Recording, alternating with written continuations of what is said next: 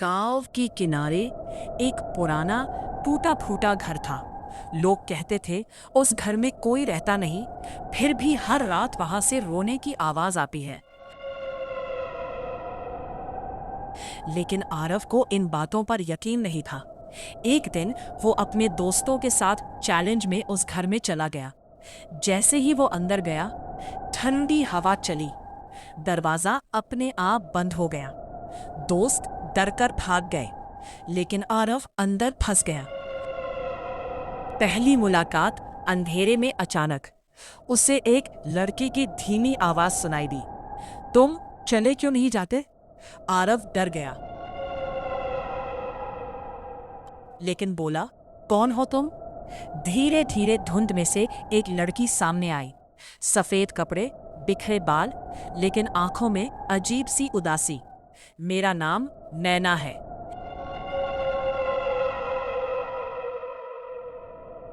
धीरे धीरे दोनों बात करने लगे और हर रात आरव उस घर में आने लगा। नैना हंसती थी, बातें करती थी, लेकिन कभी घर से बाहर नहीं जाती थी। एक दिन आरव ने पूछा, तुम बाहर क्यों नहीं आती? नैना चुप हो गई और बोली, क्योंकि मैं अब इस दुनिया का हिस्सा नहीं हूं। आरव का दिल धड़कना रुक गया। नैना ने बताया, सालों पहले वो इसी घर में रहती थी। उसे एक लड़के से प्यार था, लेकिन गांव वालों को ये रिश्ता मंजूर नहीं था। एक रात उन्होंने नैना को इसी घर की दीवार में जिंदा चुनवा दिया और तब से उसकी आत्मा यही कैद है। आरव की आंखों में आंसू आ गए।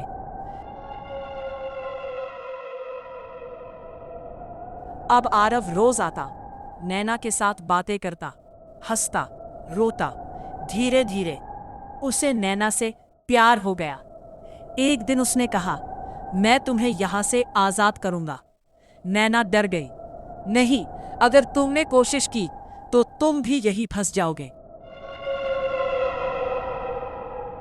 लेकिन आरव नहीं माना।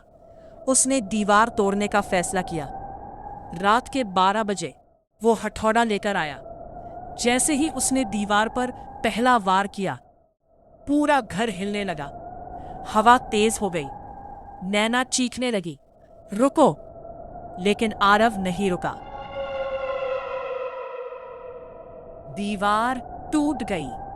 अंदर एक कंकाल पड़ा था और उसी के पास एक पुरानी चूड़ी। अचानक नैना गायब हो गई और उसकी जगह दीवार से एक और हाथ बाहर आने लगा। आरव का शरीर धीरे धीरे दीवार में खिंचने लगा। वो चिल्लाया, नैना! तभी एक आवाज आई, अब तुम मेरे साथ हमेशा रहोगे। अगली सुबह गांव वाले आए।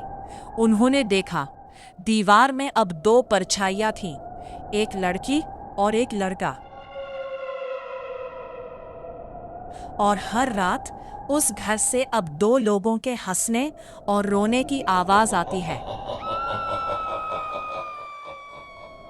कुछ प्यार कभी खत्म नहीं होते, बस दीवारों के अंदर कैद हो जाते हैं।